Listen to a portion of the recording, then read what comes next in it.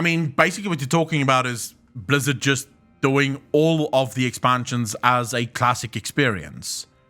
Isn't that essentially Chromie Time already? Like, they have sort of tried to implement that in a way, but in Blizzard's own fashion, they tried, but they fucked it up. Can I just say, the worst thing in World of Warcraft at the moment is time walking and Chromie Time.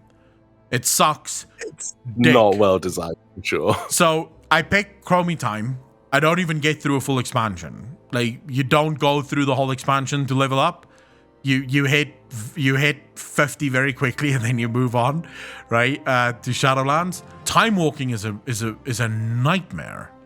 Like, time walking doesn't feel like fucking time walking.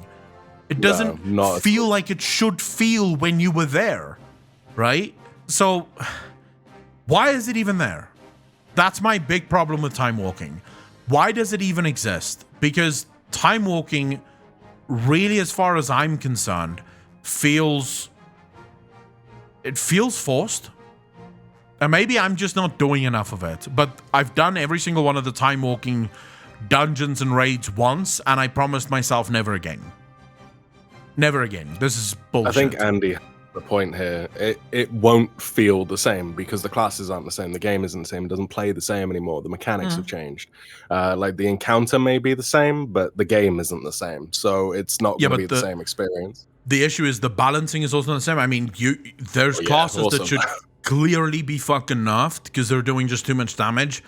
Some dungeons you're completely nerfing if you have the right classes. You're literally just pogging through the fucking dungeon. It's like kick W at every single pack, pull everything to the final boss and fucking kill everything. It's ridiculous. It's just not what it should have been. Now, answering the question of having every single expansion be accessible, I don't agree with, David. And allow me to explain why. I want a world in which every single expansion is relevant to the game always. I don't want an expansion where you have these divisions and every expansion is sort of a game on its own. It makes no fucking sense to me. We're playing the world of Warcraft, but somehow, whenever I'm done with an expansion, I start a new game. Like, every expansion is a brand new World of Warcraft. People have been asking for WoW 2 for how long? Newsflash, we're in WoW 9. Your WoW 2 was TBC. Yep, pretty much. WoW 3 was Wrath of the Lich King. Every expansion is brand new. That's literally the antithesis of what an RPG is supposed to be. You're supposed to play an RPG as a continuous thing. It's all supposed to be relevant. Where is the quest that still take me to the old world, that keeps the old world a little bit relevant? Why do those things no longer exist? So I hate to keep coming back to the same wheelhouse and same argument over and over and over again, but Legion did that perfectly with the artifact questions. The amount of old world stuff you had to go redo or go look at again, and it was glorious. It was fun to go back to the old world. Yeah, it was fun to go back to the old world. Sadly, you had some parts of the old world that didn't fit at all with what the current story is, because somehow when the Legion arrived on Azeroth, they only really threatened these 4 new fucking islands that we found. They didn't really get to Orgrimmar or to Stormwind.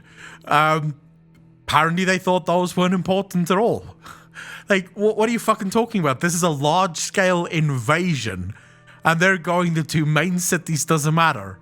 Like, yeah, fuck Stormwind, bro. We gotta go back to Zul'Gurub, dude.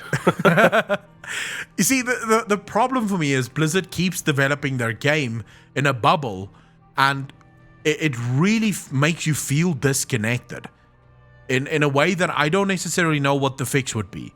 Right? I don't know how you fix this now. The only way to fix it is to do a full-blown Cataclysm level rework of the world, and rather than doing the rework based on a single expansion, you do the rework so that it can form sort of a blank slate for new stories to be told on top of the old world. Will they ever do that? Maybe if I Bobby don't think Kotick has a so. fucking stroke. Yeah. I think that's, again, going back to that issue of Blizzard not having confidence in their direction or in themselves anymore, and they won't take that big risk. And it is possible. It's a very easy way to do it. Azeroth wakes up. The world has changed. Wow. Oh my god. The world soul has come out of the planet. The world has changed. The geography has changed. The land masses have changed. Easy fix. But they won't do it. No, I genuinely don't think Blizzard would be bold enough to do it, which right now, I think the only way to really salvage World of Warcraft, the only way to really save World of Warcraft is to be bold. I think World of Warcraft is at this place at the moment where unless you're willing to go bravely where no man has gone before, World of Warcraft isn't going to get fixed. They have to take that leap of faith and either sink or swim. And we've had this discussion before about the kind of risk analysis of things and things like that. And they just won't take that leap of faith because of the risk that they will sink. But do they not face a similar risk though? I mean, because I don't think World of Warcraft is in a state anymore where they can get away with, well, if we just keep doing what we're doing, it'll work. Because it's not working. Yeah. I mean, it's that decision, isn't it? You do know Asmongold. Fucking Asmongold. This guy is the biggest WoW player on Twitch. He basically only plays World of Warcraft. Even he has now said he's going to try Final Fantasy.